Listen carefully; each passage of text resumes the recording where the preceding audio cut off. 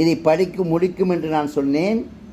2ஆம் வகுப்பு படிக்கும் குழந்தை 5 மாதம் 6 மாதத்தில் நிச்சயமாக கற்றுக்கொண்டு முழுமையாக படிக்க ஆரம்பிக்கும்.